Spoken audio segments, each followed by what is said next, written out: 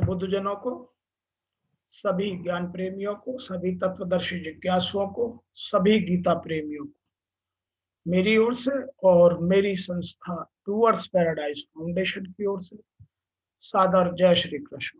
आज हम वर्तमान युग में आध्यात्मिक चिंतन की श्रृंखला के तहत गीता के तृतीय अध्याय के श्लोक संख्या 30वें की व्याख्या कर रहे हैं,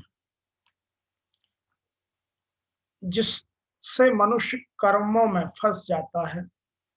उस कर्म और कर्मफल की आसक्ति से छूटने के लिए क्या करना चाहिए, भगवान इस श्लोक में यह बताते हैं कि हम यदि निष्काम भाव से काम करना चाहते हैं तो हमें क्या करना चाहिए और क्या नहीं करना चाहिए, यह आगे के श्लोकों में बताएंगे। तो यहाँ ऋषि वेद व्यास जी ने लिखा है, मयि सर्वाणि कर्माणि सन्यस्य अध्यात्म चेतसः निराशी निर्मम भूत्वा युद्धस्व विगत ज्वरः।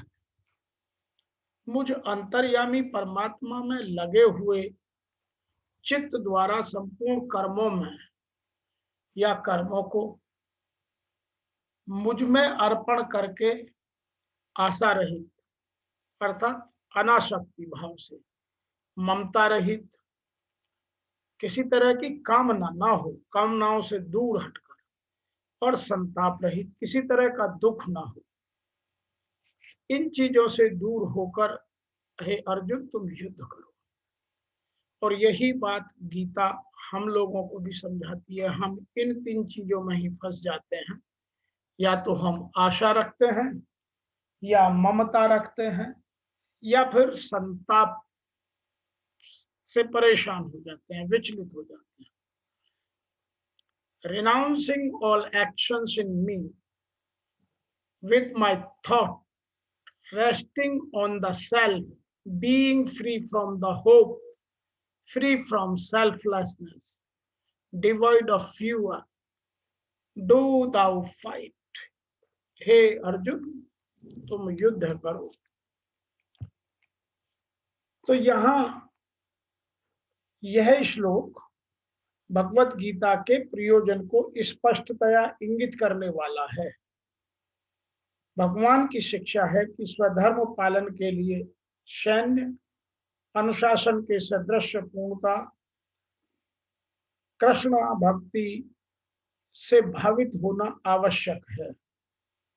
ऐसे आदेश से कुछ कठिनाई उपस्थित हो सकती है, फिर भी कृष्ण के आश्रित होकर स्वधर्म का पालन करना ही चाहिए, क्योंकि यह जीव की स्वाभाविक स्थिति है। जीव परमात्मा के सहयोग के बिना सुखी नहीं रह सकता, क्योंकि जीव की नित्य स्वाभाविक स्थिति ऐसी है कि वह भगवान की इच्छाओं के अधीन रहा जाए। अतः श्री कृष्ण ने अर्जुन को युद्ध करने के लिए इस तरह का आदेश दिया, मानो भगवान उसके सेना नायक हो।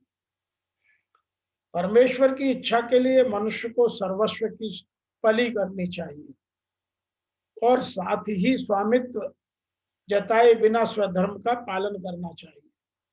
अर्जुन को भगवान के आदेश का मात्र पालन करना था। परमेश्वर समस्त आत्माओं के आत्मा है, अतः जो पूर्णतः परमेश्वर पर आश्रित रहता है, या दूसरे शब्दों में जो पूर्णतया भगवान को समर्पित कर देता है, वह आध्यात्म चेतस कहलाता है। निराशई का अर्थ है कि स्वामी के अनुसार कार्य करना, किंतु फल की आशा न करना। कोषाध्यक्ष अपने स्वामी के लिए लाखों रुपए गिन सकता है, किंतु इनमें से वह अपने लिए एक भी पैसा नहीं चाहता। इसी प्रकार मनुष्य को भी यह समझना चाहिए कि यह संसार में किसी भी व्यक्ति का कुछ भी नहीं है, कुछ भी नहीं है। सारी वस्तुएं परमेश्वर की हैं। मई अर्थात मुझ में का वास्तविक तात्पर्य यही है। और जब मनुष्य इस प्रकार का कृष्णा भाव का अमृत में होकर कार्य करता है, तो वह किसी वस्तु पर अपना स्वामित्व का दावा नहीं करता। यह भावामृत या यह भावनामृत निर्मल अर्थात मेरा कुछ नहीं कहलाता है। यदि ऐसे कठोर आदेश को, जो शारीरिक संबंध में तथाकथित बंधुत्व की भावना से रजित हो या भावना से रहित हो, पूरा करने के लिए कुछ झिझक हो, तो उसे दूर कर लेना चाहिए। इस प्रकार मनुष्य विगत ज्वर अर्थात ज्वर या आलस्य से रहित हो सकता है। यहाँ ज्वर का मतलब बीमारी से नहीं है, यहाँ ज्वर का मतलब है विचारों के संताप से, जो हम विचारों में भटकाव ले आते हैं। और ऐसे कर्तव्यों का पालन कृष्ण भाव या कृष्णा भावना अब से अभिभावित होकर किया जा सकता है। इससे मुक्ति का मार्ग प्रशस्त होता है। यहाँ मैं एक बात और भी कहना चाहता हूँ, जिसको हमें समझकर अपना उद्धार किया जा सकता है। अंतरात्मा में चित्त का विरोध करके, ध्यानस्थ होकर, संपूर्ण कर्मों में मुझको अर्पण करके, आशा रहित, ममता रहित और संताप रहित, इन 3 चीजों की बात की है। और यही 3 चीजें हमारे दुख का कारण है। यही हमें आत्मा से परमात्मा को नहीं मिलने देती। आत्मा बार बार प्रयास करना ही नहीं चाहती, क्योंकि वह इन 3 चीजों में फंस जाती है। नंबर 1, आशा। उसे कुछ ना कुछ हमेशा आशा लगी रहती है। और हमारे समाज में हमें यही सिखाया जाता है कि आशा रखिए, लेकिन गीता हमें आशा रहित होने की बात करती है। दूसरा है ममता रहित, किसी में लगाव मत रखिए। और तीसरा है संताप रहित, किसी तरह का भी दुख का भाव, समता का भाव रखिए। जब चित्त ध्यान में स्थित है तो लेश मात्र भी आशा नहीं, कर्म में ममत्व नहीं, असफलता का संताप नहीं। तो वह पुरुष कौन सा युद्ध करेगा जब सब ओर से चित्त सिमटकर हृदय देश में निरुद्ध होता जा रहा है? तो वह लड़ेगा किस लिए, किससे, और वहां है कौन? वास्तव में जब आप ध्यान में प्रवेश करेंगे तभी युद्ध का सही स्वरूप खड़ा होगा। तब काम, क्रोध, राग, द्वेष, आशा, तृष्णा इत्यादि विकारों का समूह विजातीय प्रवृत्तियों में जो कुरु कहलाती है, उनसे आपको युद्ध करना है। तो गीता वास्तव में हमारे अंदर जो हमारे शत्रु हैं, काम, क्रोध, राग, द्वेष, आशा, तृष्णा, इनों से ही लड़ना हमें सिखाती है। और जब तक हम इनसे नहीं लड़ते हैं, बाहरी दुनिया से लड़ते रहते हैं, तो हमारा उद्धार नहीं हो सकता। बस इनका पार पाना ही युद्ध है। इनको मिटते ही अंतरात्मा में सिमटते जाना, ध्यानस्थ होते जाना,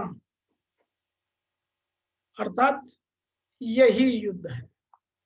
तो भगवान श्री कृष्ण यहाँ जो अर्जुन को समझा रहे हैं, वह हमारा जिज्ञासु मन है, जिसमें आशा है, जिसमें ममता है और जिसमें संताप है। और उनके होने का कारण है हमारा काम, क्रोध, राग, द्वेष, आशा, तृष्णा। तो यदि हम इस महाभारत रूपी युद्ध को अपने अंदर देखकर और अपने ही विरोधियों से लड़कर अपने मन को बुद्धि और बुद्धि को चित्त और चित्त से आत्मा में समाहित कर लें, तो हमारा उद्धार स्वाभाविक हो जाएगा। और यही गीता सिखाती है। गीता का उद्देश्य ही है कि हम भगवान को भी मानते हैं, जबकि जीवन गीता दर्शन यह कहता है कि हमें भगवान को ही मानना चाहिए। यदि हम भगवान को भी मानते हैं, इसका मतलब हम और चीजों को भी मानते हैं। और जबकि गीता कहती है कि केवल भगवान को ही मानना चाहिए, बार बार श्री कृष्ण अर्जुन रूपी हम जिज्ञासुओं को ये कह रहे हैं कि तुम मुझ में समाहित हो जाओ, अर्थात सब कुछ मेरे सामने समर्पण कर दो। वही हमसे होता नहीं है। अर्थात गीता